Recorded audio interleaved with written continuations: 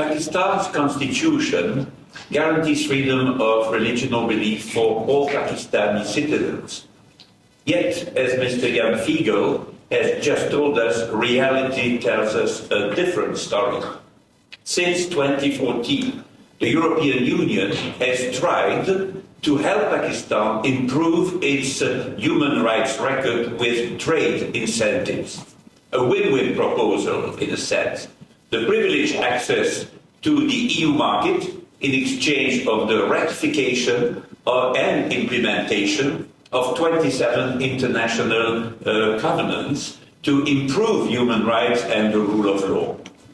This mechanism is known as the GSP+, the Generalized Scheme of Preferences.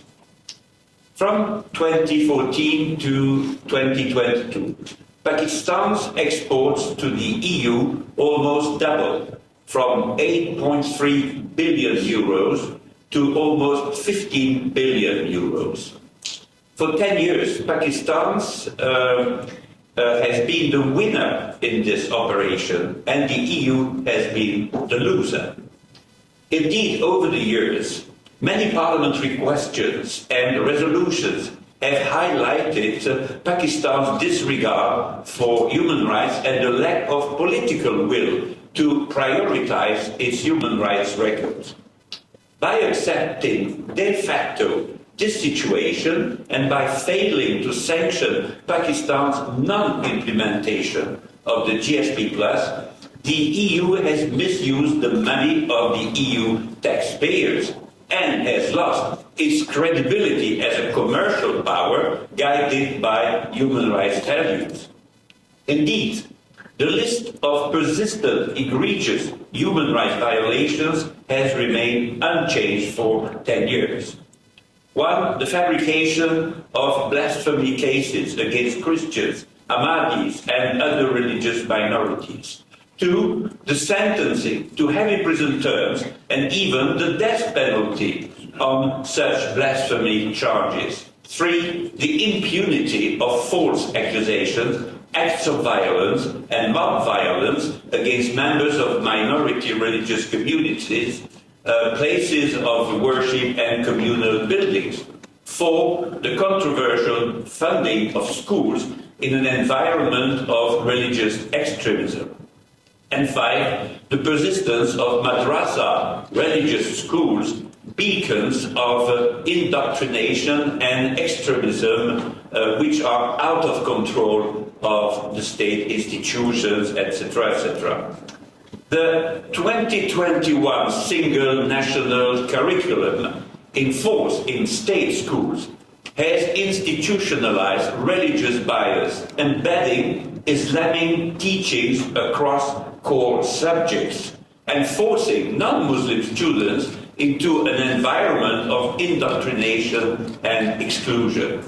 The curriculum in force in state schools drew strong criticisms from education experts and human rights defenders for its lack of inclusivity, the overemphasis on Islamic religious content at the expense of religious minorities, the subliminal ideology of Islamic supremacy, and poor pedagogy.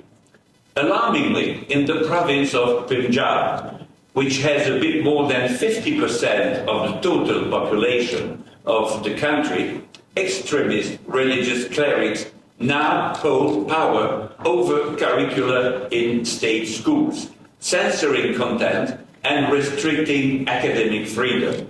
Example, in October 2023, Islamic clerics forced a college professor to publicly renounce teaching Charles Darwin's theory of evolution as being against Islamic law. A video showing his academic recounting was posted on the social media and got viral. In May 2022, the year before, the car of that professor had already been attacked with a magnetic bomb, leaving him in a wheelchair for several months. Such serious incidents, orchestrated by extremist clerics and spread around in social media, clearly pursue the objective to terrorize any teacher who would decide to support Darwin's theory of evolution rather than the Islamic theory of creationism. This is what I would call inquisition. According to a report supported by several members of the European Parliament in Brussels, the money of European taxpayers of the 27 EU member states has been misused. Misused to finance such a questionable school education program in Pakistan. The amount is enormous, between 100 million and 150 million euros between 2016 and 2024.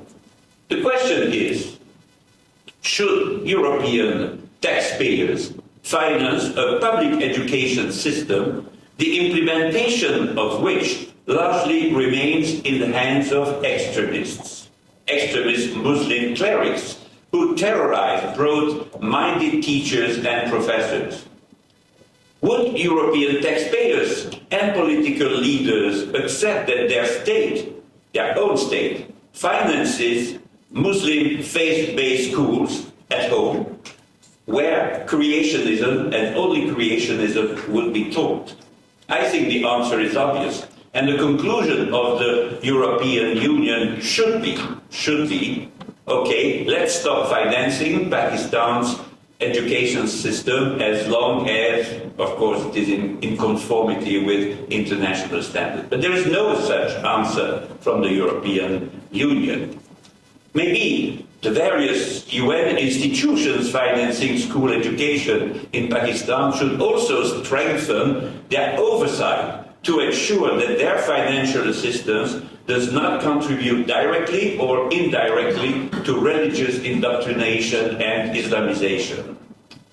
In Brussels, the co-chair of the Intergroup on Freedom of Religion or Belief, the Dutch member of the European Parliament, Bert-Jan Ruijsen, recently submitted a written question to the European Commission on this matter, wondering if the EU funding, and I quote him, is not being used in Islamic religious madrasas, unquote.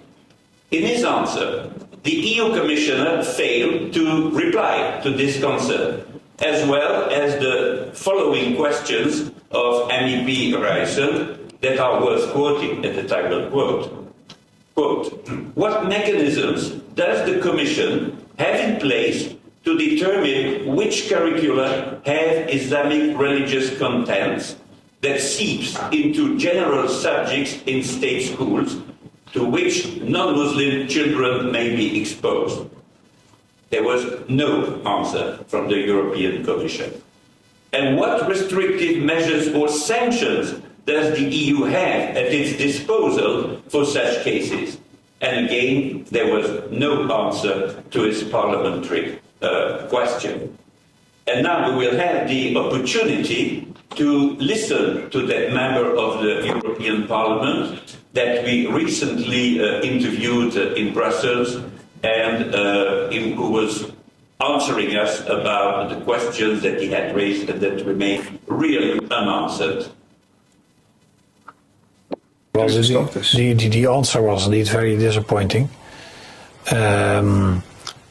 What the Commission said, in essence, was, yes, we give money to the schools, to the education system, but we are not responsible for the content.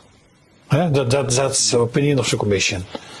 But I see a big risk indeed that, at least you can say in an indirect way, we are subsidizing schools who teach the children, let's say, not to respect the other, but to hate the other.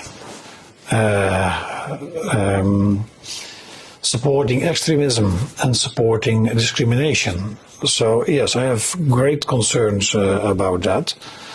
I think that we have also to take that on board in the discussion about promulgation of GSP Plus status. And also, hopefully, we can also take that on board in the discussion about hopefully a new debate in the European Parliament, the plenary session, and the resolution.